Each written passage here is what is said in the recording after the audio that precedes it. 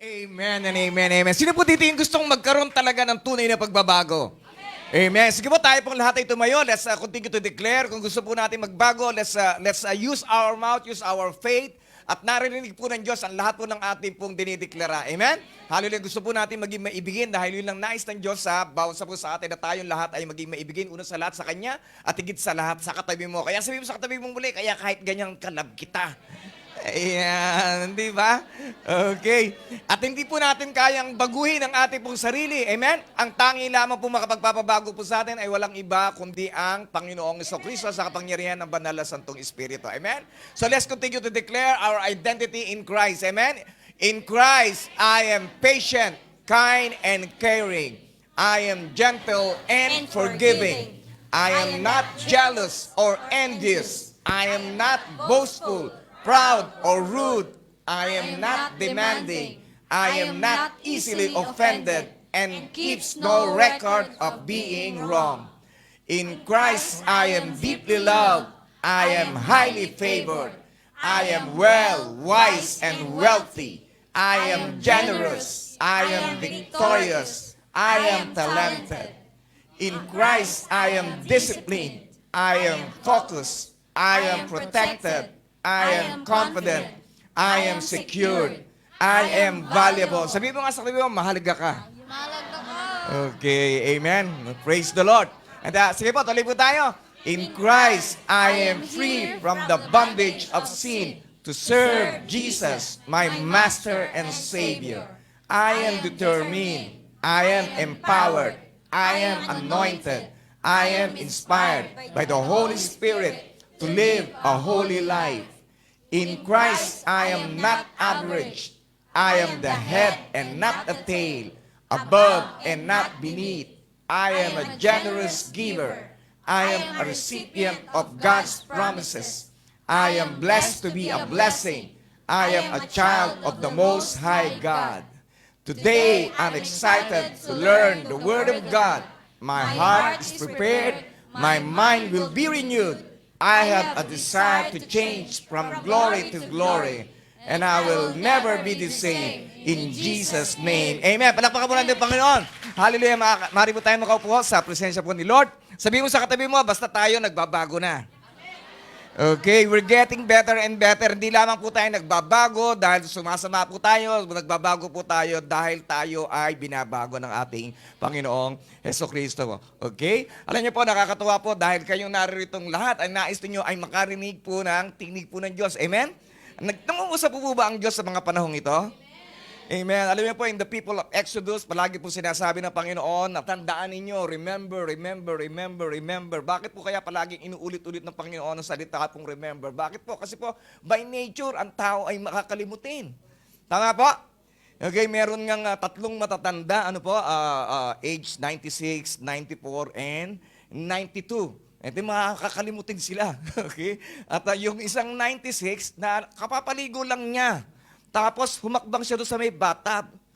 At nakakalimutan niya kung anong gagawin niya. Okay? Tapos, yung 94, umakyat sa hagdan, tutulungan kita. Kaya lang, nung nasa kalagitnaan na siya ng hagdan, nakakalimutan niya rin kung anong gagawin niya.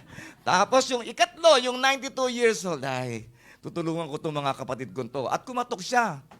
Sabi niya, talagang tutulungan ko sila. At pagkatapos doon, ay sabi niya, papunta na ako dyan, kaya lang bubuksan ko muna yung pintuan. Okay, nakalimutan niya siya yung kumatok. Amen? Hallelujah. So yung sa katabi mo, tao na dyan. Amen? Hallelujah. Praise God. Ang tao po ay by nature talagang nakakalimutin, di ba? Minsan hinahanap mo yung mask mo pala, ibinaba mo lang dito. Sino po yung nakaranas na ng gano'n? Okay? Tama po. At minsan naman, yung shades mo, hinahanap mo, meron po, nasa kaya yung shades ko? Di ba ba? Yung pala nasa ulo mo. Amen? Kaya tayo, palagi po tayo nire-remind ng Panginoon that we must always hear the voice of God. Dapat po ay palagi po. Kaya po araw-araw, palagi dinidigdik ni Pastor Senyo, mag-devotion tayo. Delikado po kasi pagka hindi nyo na narinig ang tinig ng Diyos, ibang tinig na po yung maririnig ninyo. Okay, at alam naman po natin kung ano pong tinig ang narinig po natin, ang tinig na nagbibigay ng takot, ang tinig na nagbibigay po ng discouragement, ang tinig ng inggit, ang tinig ng selos, ang tinig ng galit, ang tinig ng muhi. Pagka hindi po narinig ang tinig ng Diyos, yan ang magiging tayo. Amen? Kaya sabi ko sa katabi, mahalaga pala talaga na tingin natin ang sinasabi ni Lord. Okay, praise God. So ano pong tinig ang dapat po nating marinig? Kasi po yung mga palagi po nating narinig, yun po yung nakaka-apekto po sa atin.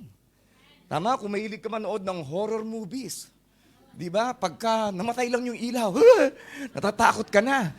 Di ba? Okay. Tama po. Ay, minsan po nakasakay po kami sa lift. Huminto po yung lift doon sa may 15th floor. At patay yung ilaw. Okay. At merong isa doon yung maintenance at ang kanyang flashlight ay naririto. Okay, at madilim. Ito lang ang ilaw sa kanyang mukha. Okay? Bigla kami nalaglag lahat doon sa loob ng lift dahil sa aming pong takot. Amen? Kaya ikaw sabi sa katabi mo, kaya ikaw wag ka manonood ng horror movies. Okay? Praise God. Okay? Praise God. Kaya po napakahalaga that we should always hear the voice of God. Si David po, sabi po niya, in the morning, O Lord, I hear your voice. Sabi niya, I hear your voice. I lay my request before you and wait expectantly. Kasi sabi niya, hear my voice. Sabi niya, dinggin mo, Panginoon, ang aking pong tinig upang marinig ko rin ang iyong tinig. Kasi po pagka hindi po natin kinausap ang Lord, hindi rin po niya tayo kakausapin. Kaya po napakahalaga ng ating pong panalangin sa bawat araw. Kaya kung hindi maririnig ng Lord ang boses mo, hindi mo rin maririnig ang boses niya at wala kang maaasahan. Amen? So po dito yung gusto talaga na maging maganda ang kanya pong kinabukasan. Amen. Napakahalaga po. Kasi po pangako naman po ni Lord sa atin sa Jeremiah 29 verse 11 that meron siyang magandang plano sa bawat sa puso inyo. Ang plano niya hindi kayo saktan kundi bigyan kayo ng magandang kinabukasan. Napakahalaga po na dinggin po natin ang tinig po ng Diyos. Ano po yung dahilan? Bakit po mahalaga ito? Ito po ay mahalaga for us to get His guidance in the decision that we make. Diba, napakahalaga para magkaroon po tayo ng gabay sa mga desisyon na ginagawa po natin sa ating pong buhay. Tama po? Okay, paggising ko pa lang ng umaga, di ba, ano isusuot ko? Anong kakainin ko? Anong unang kong gagawin? Especially po, yun po yung mga basic. What about kung dumadaan na po tayo sa mga crossroad ng decision making? Huwag po nating hanapin ng Diyos na kung saan pagkabagsak na po tayo. Dapat araw-araw ng ating pong buhay, hinahanap po natin ang kanyang say sa ating pong buhay. Hindi yung palaging say lang natin ang nasusunod. And then, matututunan po natin kung narinig po natin ang tinig po ng Diyos, maunawa po natin ang purpose niya sa ating pong buhay. So, ano po yung purpose ng Diyos sa ating pong buhay? What should be our life goal? Kanina po, after my preparation kanina ng umaga, napakaganda po ng kanya pong revelation. Ano po yung life goal ko? Kasi po, ang life goal natin, dami ko na kayo, okay? Ang life goal po natin is to honor God, to cooperate with the Holy Spirit, to become more like Christ, to win souls, make disciples, and to influence others to do the same, all for His glory. Okay? So, ulitin po natin, ano po? To honor God. Unang-una po yun, napakahalaga po. Honor the Lord with your time. Honor the Lord with your talent. Honor the Lord with the first fruits of your lahat po ng ang binibigay po ng Panginoon sa atin, dapat ay in-honor po natin siya. Okay? So, and then ano pa po? Readily hear His warnings when we get off track. Pakinggan po natin yung kanya pong pagtatama pagka tayo ay naliligaw na po ng landas. Dati ang init-init mo kay Lord, pero ngayon ano nangyari? Ba't parang nalalamig ka na? Tama? Yung atin pong devotion kanina is about burning incense. Wala po tayong pwedeng sunugin kung wala po tayong apoy. Okay? As a Christian, ang buhay po natin, ito po ay alay po natin kay Lord. Okay? It's not only the money. The money, pagka nawala yan, sa susunod na buwan, meron ka na uli. Pero yung oras po natin na binibigay po sa Panginoon, hindi na po babalik yun. Pero it's our investment in eternity. Amen? Hallelujah. Palagi po tayo nanalangin, Panginoon, we want to see you, pero hindi ka makapag-alay ng oras po sa Kanya. So, paano tayo paniniwalaan ni Lord? Tama?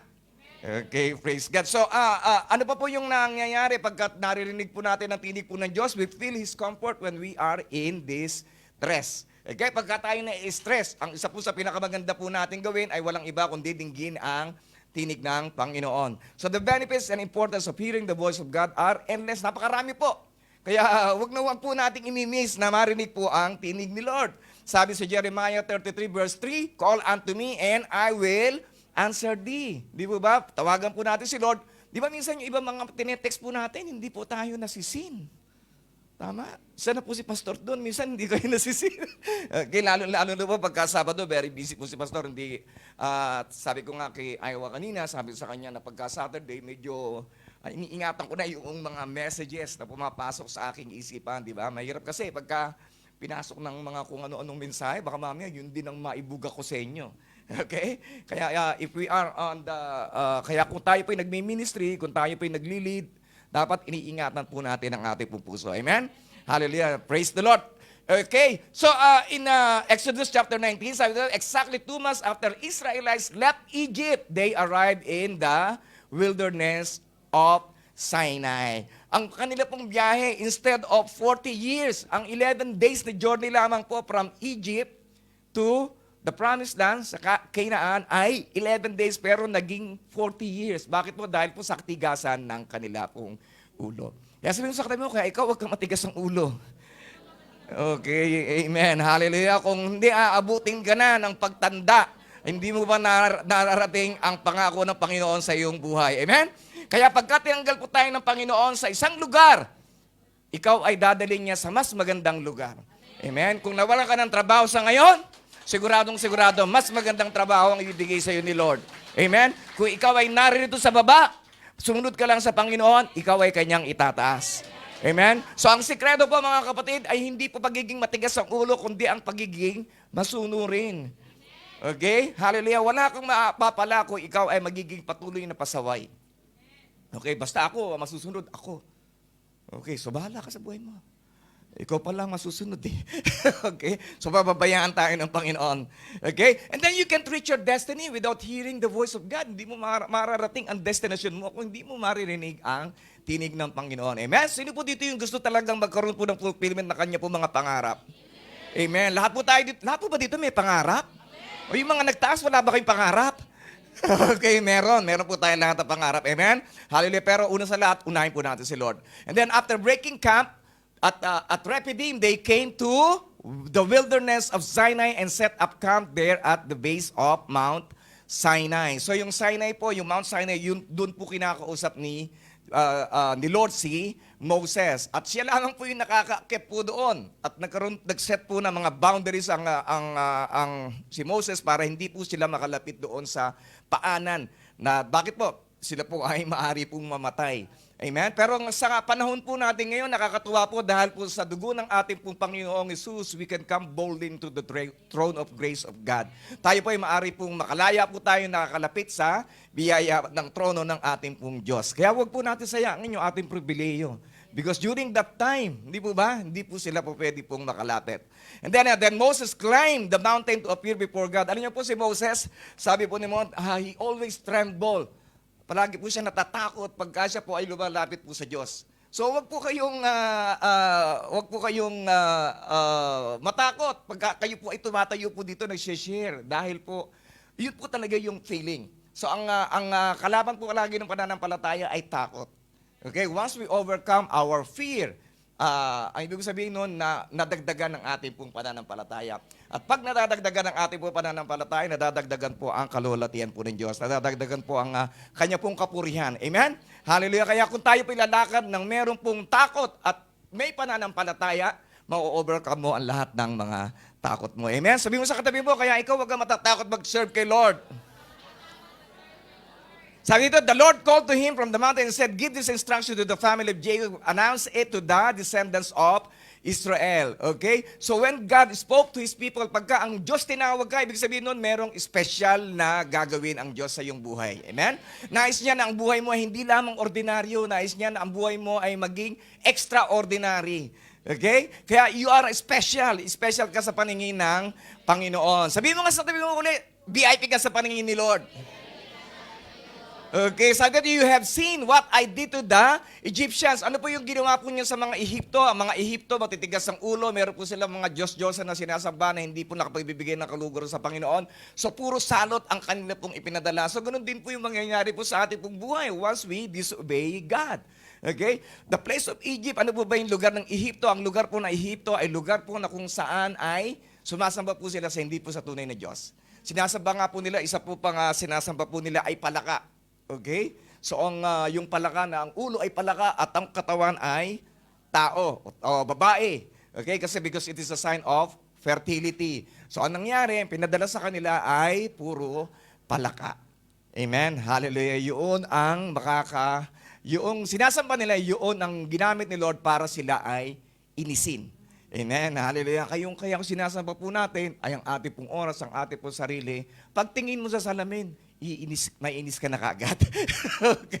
Praise the Lord. Okay, praise God. And then sabi dito, you have seen what I did to you. You know how I carried you on eagle's wings and brought you to myself. Alam niyo po, dalawang hayop po yung sinabi sa Bible na kung saan kinukumpara ng Panginoon ng kanya pong sarili. Una-una sa lahat, yung leon. Okay, yung leon, hindi naman po siya yung pinakamataas. Ang pinakamataas ay giraffe. Tama po?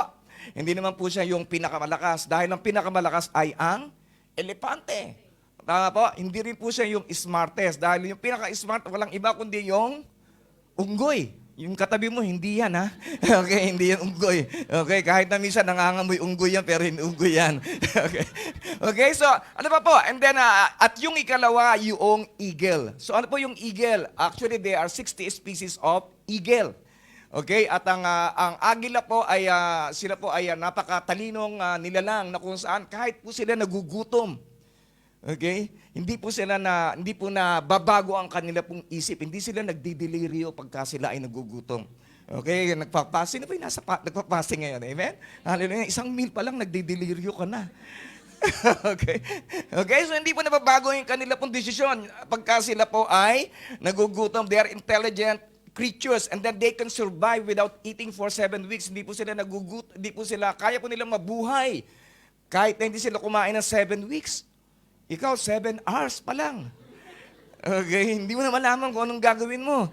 Okay? Tama. And then, they are faithful creatures. Ano po ibig sabihin ng faithful? Ang agila po, pagka yung nag-asawa po sila po yung partner forever. Okay? Very sweet po yung mga agila. Unless na lang po, namatay po yung kapartner nila, tsaka lamang po sila maghahanap ng iba. And they are good parents as well. Sila po ay mabuting magulang. Bakit? Kasi pareho silang nag-aalaga ng kanila pong mga eaglets. Okay? At napakatindi ng agila. Ang agila po, yung kanya pong grip, yung kanya pong hawak. Hawakan mo nga sandali yung katabi mo. Okay? 10 times niyan ang kanya pong lakas ng grip. Okay? Kaya kaya niya pong itaas yung kanya pong kaaway, which is around, siguro mga 5 pounds mahigit, kaya po niya yung iangat sa lupa. Sabi nga, I don't know if you already watched that video na kung saan yung agila, sabi niya, meron tumutok nga sa kanya pong ulo. Okay? Tumutok nga sa kanya pong ulo. Hindi niya po pinapansin. Ang ginawa lamang po niya, lumipad lamang po siya na mataas, na mataas, na mataas, na mataas, na mataas. Okay? At yung kanya pong kalaban ay hanggang sa hindi na po ito makahinga dahil sa kanya pong oxygen. Amen? Kaya po tayo, ang laban po natin ay wala po sa bababa.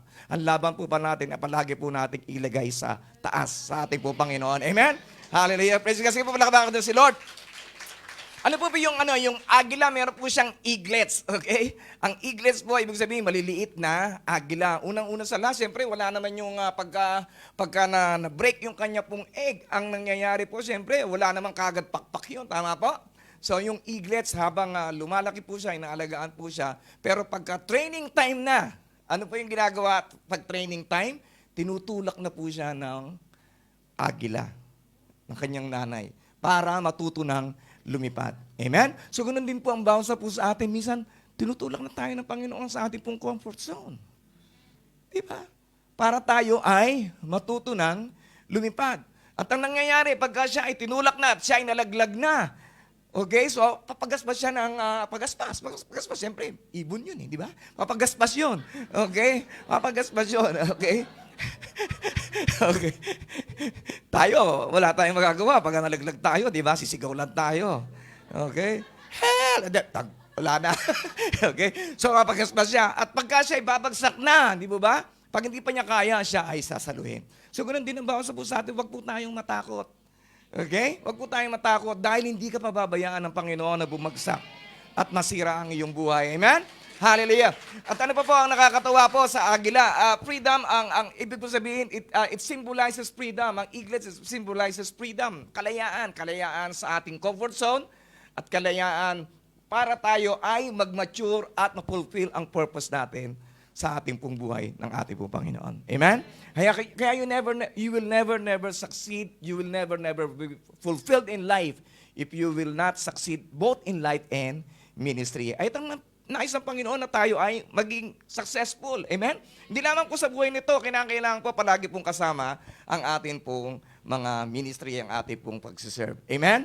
Hallelujah. It took one night to take Israel out of Egypt. Ibig sabihin nito, isang gabi lamang po, inalis ng Panginoon ang mga Israelita sa Ehipto. So ilan po silang lahat? Kung matatandaan po natin, 2 million. Okay? Kaya nga po napakahirap ng role po ni Moses. So just imagine, di po ba, meron kang role na ilabas mo yan. Saan, Lord? Okay? Ang daming kaaway. At Red Sea yung haharapin. Saan magto-toilet yan? Di ba? Ang daming bagahin niyan. Ang daming mga China bag niyan. Hindi ba? Dahil dala-dala yung mga baby pa yan. Tama po? O amen. Yung damit niyan, sa maliligo yan. Di ba? So napakalaki po ng problema niya. Kaya po, Moses was siya po ay tinawag na the most humble person. Second po siya kay Jesus dahil sa kanya pong hindi pagrereklamo. Okay? Kaya sabi sa katabi mo, kaya ikaw wag ka lang magrereklamo. Sabi diba, but it took 40 years to take Egypt out of Israel. 40 years. Kasi po yung 11 days na journey po nila, naging 40 years. Bakit po? Dahil po sa kanila pong katigasan ng ulo at hindi po pagsunod sa ating pong Diyos. Okay? Hindi po nila pagsunod kay Moses, siyempre po ay nangangahulugan na hindi po nila pagsunod sa Diyos. Kaya po pagka meron pong leader na ibinigay po sa inyo ang Panginoon, ang inyo pong magulang, ang inyo pong pastor, ang inyo pong mga employer, sundin po natin sila. Okay? Huwag ka na magreklamo. Okay? Amen? Dahil sila ay niligay ng Panginoon sa bawat sa atin para sa atin pong ikabubuti. Okay? So ano po yung tunay na kahulugan po ng kalayaan? True freedom means that we're delivered from doing bad. Ang tunay na kalayaan, ang ibig sabihin nun, tayo ay naligtas na sa paggawa ng masama. Amen? Hallelujah. Wala naman po makakaligtas sa atin. Lahat naman po tayo, we know ourselves. Kahit hindi ko po kayo kilala, isa-isa, tayo po ay dumaan doon na kung saan tayo ay nakagawa ng masama. Amen? Okay, and then nagpalit ka ng, nagpalit ka ng dalawa yung accounts mo, di ba? Yung isang accounts mo, panirya. Okay? Okay, sabi mo kung gagawin yun. Okay? Ano pa po? And then, able to do good.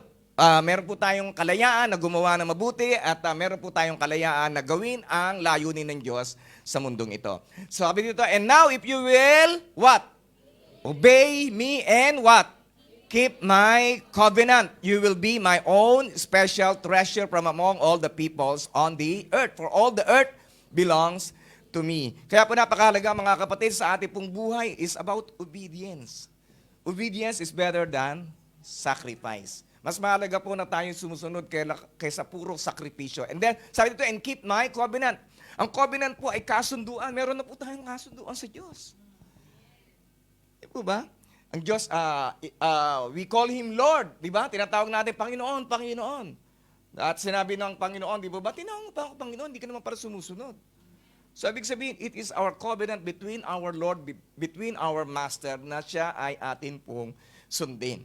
Okay? Na kahit na anong mangyari, siya ay ating susundin. So, John 15:10-11, when you obey my commandments, you remain in my love. Just as I obey my Father's commandments and remain in His love. I have told you these things so that you will be filled with my joy, your joy will overflow. Kaya mga kapatid, kung ikaw ay nakakaramdam pa ng kalungkutan, may problema. Di ba? Ano ba yung problema? Ang problema, mga kapatid, ay hindi pagsunod. Ganun lang kasimple. Pag nararamdaman mo, malakas naman ako. Nag-buffet naman ako. Di ba? May sweldo naman ako. Tama? Pero bakit ganun? Parang nalulungkot pa rin ako. So may problema. Okay, so dapat hanapin po natin ang Panginoon at iayos po natin ang ating mga problema. Amen? Okay, praise God. Sabi mo, bakit parang tumahimik ka na ngayon? Okay. Sabi ito, and you will be my kingdom of priests, my holy nation. This is the message you must give to the people of Israel. Kaya mensahe naman po, papasa-pasa lang. At isa lang naman po palagi ang mensahe po ng Panginoon. It's about obedience, it's about love, it's about serving Him. Yun naman po talaga yung pinaka-main point ng mensahe po ng buhay po natin, na siya po ay sundin po natin as long as we are living. Hindi susunod ka lamang pag may kailangan ka. Di ba? Kaya ba nating lokohin si Lord? Di ba? Panginoon, magsaserve ako kasi kailangan ko to. Di ba? Ano yun? Pwede ba yun sa trabaho? Tuwing katapusan ka lang papasok kasi sweldo? Tama? Hindi po tama. Tama po? Okay, hindi po tama. Tama po. Okay, para magulo. Ano po? And then, this is the message you must give to the people of it. Sabi dito, so Moses returned from the mountain and called together the elders of the people and told them everything the Lord had commanded him. So meron pong pinag-uutos ng Diyos. Ang pinag-uutos po ba ng Diyos ay napakabigat? Sino sabi mo bigat? Sino sabing hindi? Sino po yung kahit na, ano sabihin ko, hindi po matagtata sa kamay? Okay. Okay. Praise God. Amen. Alam niyo po, sabi ni Lord, ang aking kautusan is not burdensome, hindi mabigat. Di ba?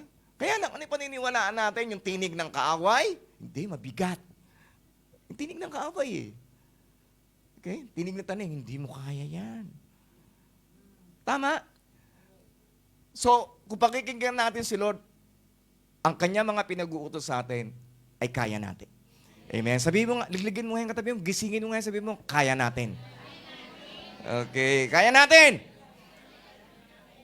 And all the people responded together. Sabi dito, we will do everything the Lord has commanded. So Moses brought the people's answer back to the Lord. Ilan po sa atin dito yung palaging nangangako kay Lord?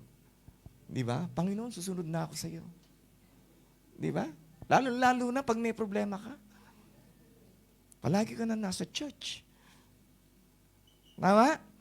Okay, kaya minsan pinadadala ni Lord talaga yung problema. Sinasadya ni Lord yun para ikaw ay bumalik sa church.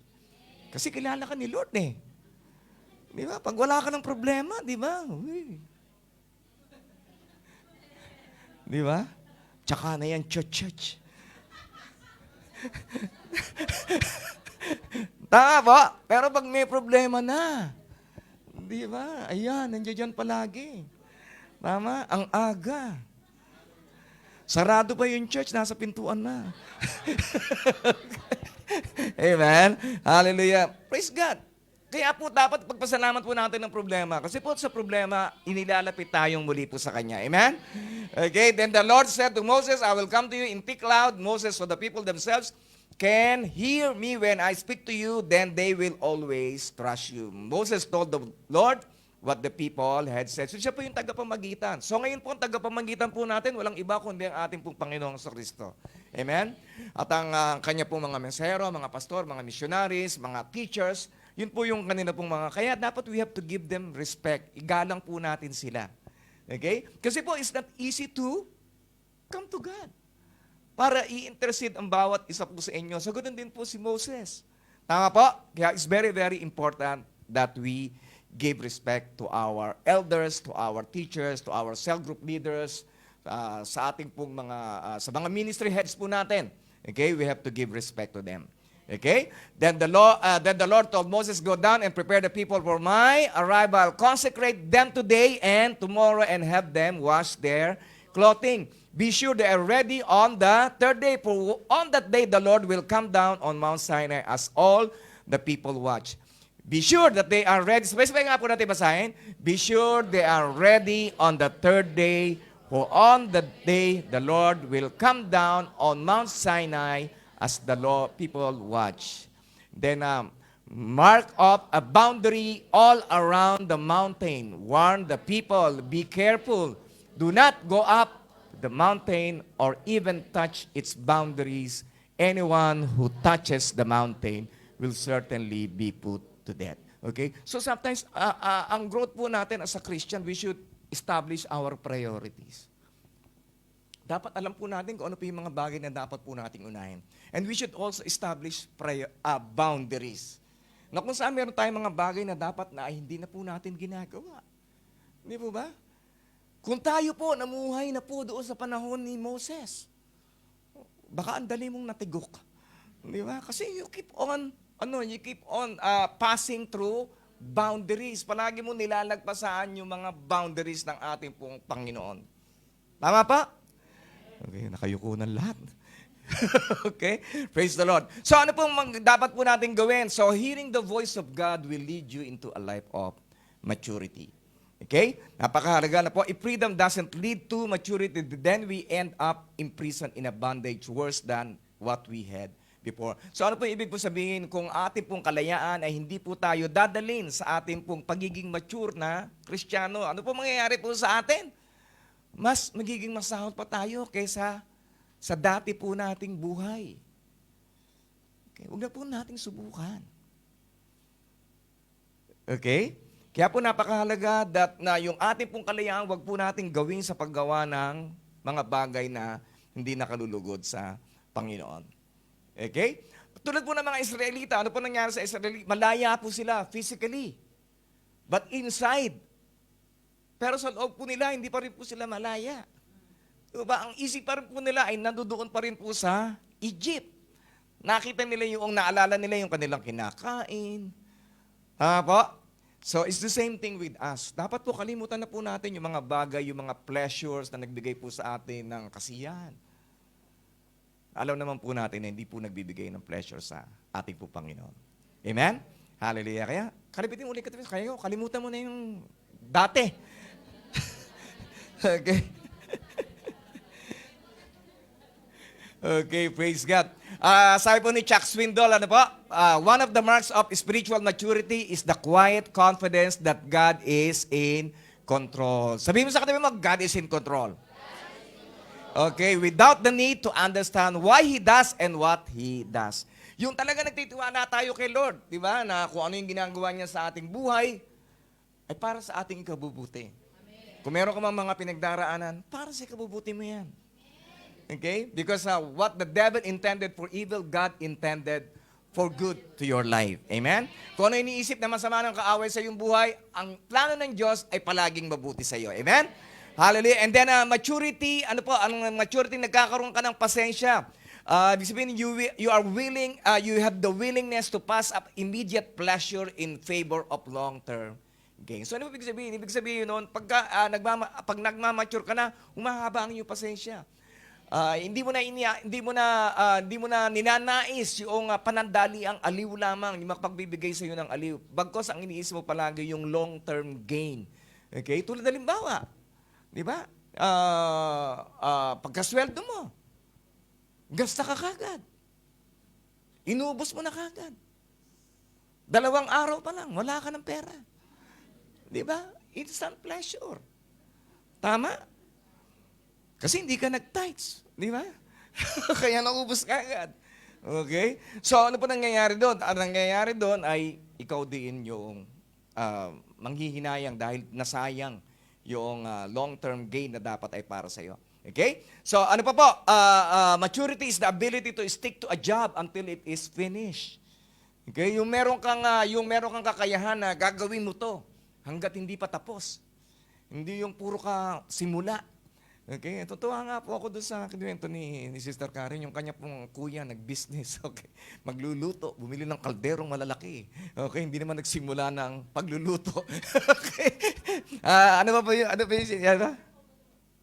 motor. Motor parts. Tapos ano nangyari? Okay, so ibig sabihin, pagka meron po tayong sinimulang kinakailangan, tapusin po natin. Kaya lang, ang mahalaga po sa lahat ay palagi po nating unahin si Lord. Amen? Ano pa ba? Maturity is the ability to do a job without being supervised. Okay, yung gumagawa ka kahit na wala yung supervisor mo. Amen. Di ba? Inutusan ka na, gawin mo to. Tapos gawa ka, pero nakatingin ka sa supervisor mo. Ay, wala na. Okay? Tama? Okay. Amen. Pero yung mga taga-ABC, mababait yan. Amen? Ano pa po? And then, maturity is the ability to carry other people's money without spending it. Diba? Yung meron kang hawak na pera, hindi naman sa'yo, wag mong gastusin. Tama? Okay, yun po yung maturity. Maturity is the ability to bear injustice without wanting to get even. Okay? Ano po yung meron kang abilidad na kahit na sinaktan ka, kahit na siniraan ka, hindi ka gaganti. Diba? Dahil alam natin, ang ating pong vindicator, ang ating pong tagapaghiganti ay walang iba kundi ang ating pong Panginoon. As a Christian, palagi kang merong makukuhang pintas. Tandaan ninyo yan. Wala pong ligtas na mga pintas. Ang ating Panginoon, napintasan siya. Di ba? Sinabihan na nga, inaalihan ng demonyo. Okay? So, ganun din ang bawat sa puso atin. May tatawag sa iyo na iba't ibang pangalan. Tawagin kang Judas. Tawagin kang Barabas. Di ba? So, lahat ng pangalan na matatawag mo, di ba? Kahit na-cute ka, sabihin, pangit mo. Di ba? So, wag niyo silang pakinggan. Ganun din sa ating mong pagdinegosyo. Sa pagdinegosyo, ano po? Merong magko-compare. Merong magki-criticize sa'yo. Di ba? Kaya wag kayong madala sa mga ganong klase ng mga salita. Okay? Hallelujah. Dahil ikaw ay agila. Hindi ka sisiw. Okay? Na kung saan ay napakadali mo ang masaktan. Hindi ka na balat sibuyas. Balat matsakaw ka na. Okay? Kahit ano sabihin sa'yo, hindi ka natatablan. Amen? Hallelujah. Hindi mo na pinakikinggan yung opinion ng tao. Palagi mo pinakikinggan ay opinion ng Diyos sa'yo. Amen?